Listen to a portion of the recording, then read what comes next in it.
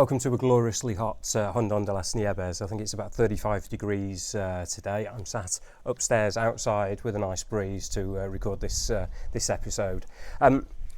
Although we've covered reservation deposits before, I think it was back in episode number 71, back in December 2019, I think it's a long overdue that we revisit this topic, especially after what happened to a couple of our clients recently.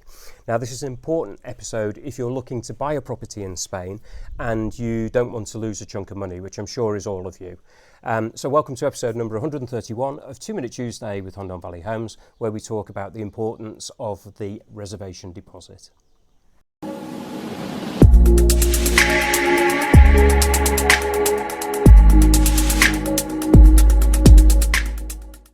So why the urgency to revisit this topic? Well, in the last week or so, we've had two separate clients who came to us to buy property here in the Rondon Valley. Now, both of these clients had previously tried to purchase property about an hour north of where we're based here in the Rondon Valley, and both of those sales had fallen through for different reasons, and that sometimes happens. What's worrying with both of these clients is that they both lost a lot of money with these sales falling through.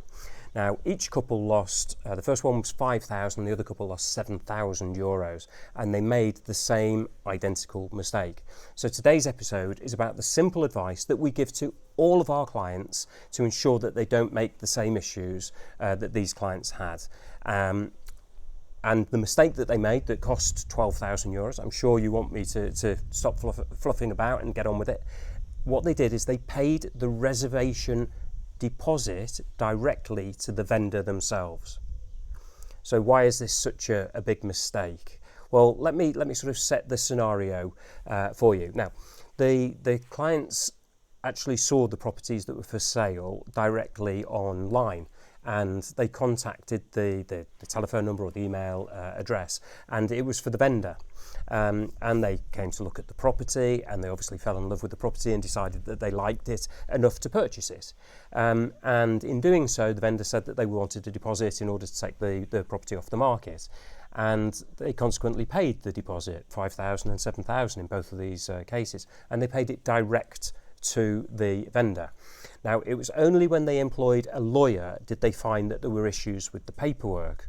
One of them, there was a paperwork issue. The other one, it was an issue to do with the probate following a death. And their lawyers advised them that at this time, the property wasn't in the correct order for them to purchase, and that they advised them not to purchase them.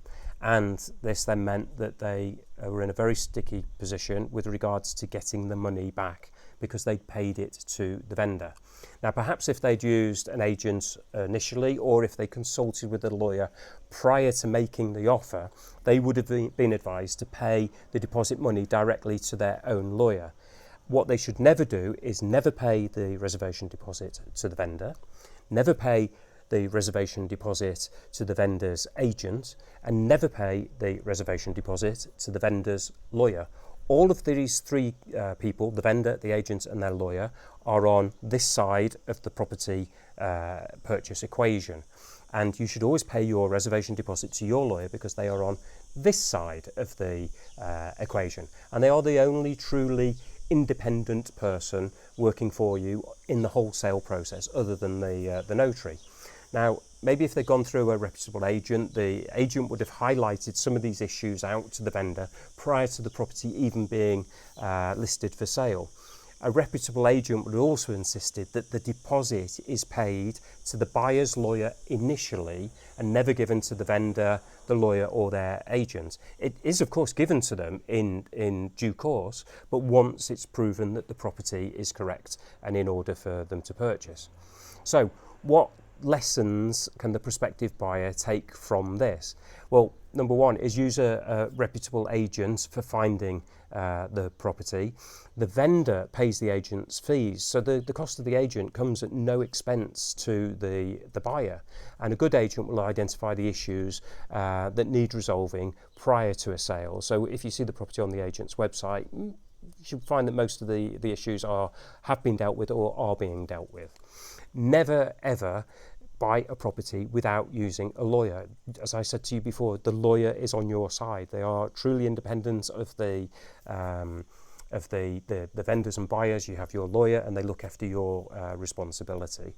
And finally, the whole point of this is never ever pay the reservation deposit to the vendor. Pay it to your lawyer. I can't stress this strongly enough. We've never taken a deposit in 15 or 16 years selling properties here. We've never taken a deposit. We always have the deposit paid to the buyer's lawyer, and then when the buyer's lawyer is happy for the money to be released, they release it to the vendor's lawyer, who will then either hold it or give it to the vendor, but only when it's proven that the house is legal and in the correct order for it to be purchased. Now, hopefully the misfortune of the two clients that we touched upon will be for your benefit in the future, and that you won't make the same costly mistake that they did. So there you go. It's an important information message for buyers in this week's episode. If you're looking to buy here in Spain, have a look on the buyers section of our website. You find it's full of videos, articles, free to download ebooks, which have been written by myself, all with the intention of making our clients' journey from initial inquiry to living in their beautiful home in Spain as issue and as stress-free and as troubleless as possible. So please, if you're looking at buying a property, check out the buying section of the HondonValleyHomes.com website. Again, if you're looking to sell, we have an equally full section on our website with ebooks and videos and articles for you if you're thinking of selling your property here in Spain.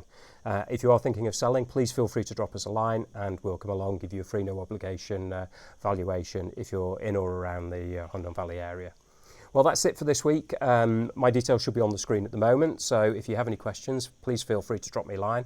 I look forward to seeing you for the next enthralling episode of 2 Minute Tuesday in the near future. But until then, from a very warm Hondon Valley, adios.